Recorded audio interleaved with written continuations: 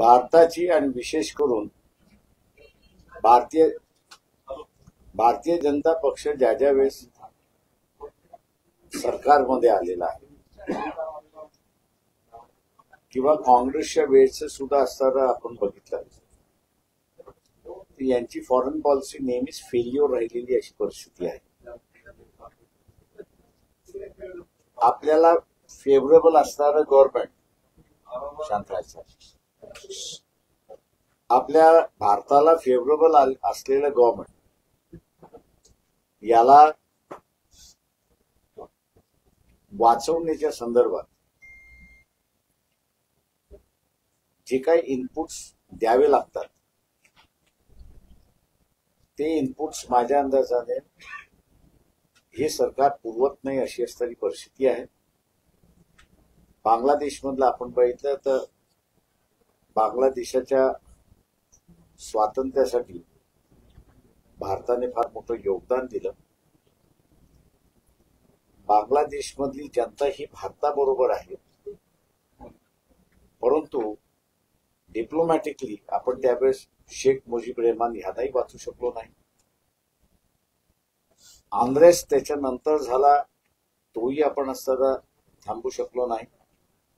आणि आता friendly government असतानाही त्या सरकारच्या विरोधात जनता जाते किंवा लोक जातात याचं इनपुटही देऊ शकत नाही।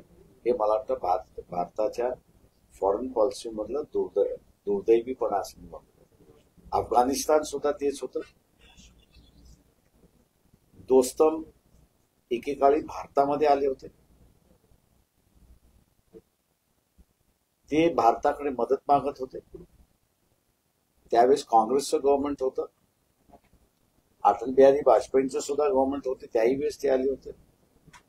पण आपण दोस्तम यांनाही मदत त्या ठिकाणी करू शकलेलो नाही किंवा मालदीव्स मधला असणारा आपण असणारं त्या ठिकाणी बघितलं आत्ताच्या ह्याच्यामध्ये, तर तिथेही आपण असणारं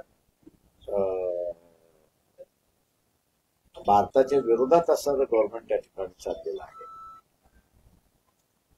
मॉरिशस मधलं मालदीव्स मधलं असणारं जे आहे किंवा इतर ठिकाणी सुद्धा आपण असणारं पाहिलेलं आहे की ज्यांच्याशी फ्रेंडली रिलेशन्स आपले पाहिजे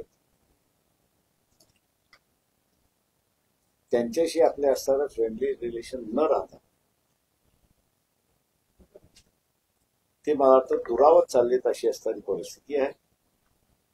बर्माचं एक उदाहरण आपल्याकडे, म्हणजे म्यानमारचं आपल्याकडे उदाहरण, श्रीलंकेचं आपल्याकडे उदाहरण आहे आणि मिडल ईस्ट मधल्या असणाऱ्या अनेक कंट्रीज जिथे भारतीय काम करतात तिथलंही असं आहे।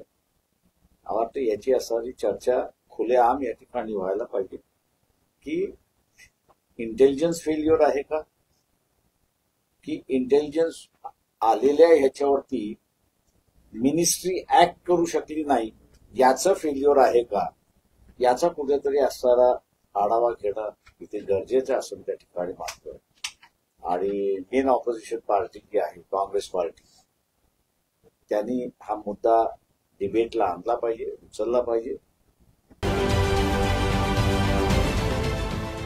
देश विदेशातील प्रत्येक घडामोडींचे लाईव्ह अपडेट मिळवण्यासाठी आता साम टीव्हीच्या सर्व सोशल मीडिया प्लॅटफॉर्मला लाईक, फॉलो आणि सबस्क्राईब करा।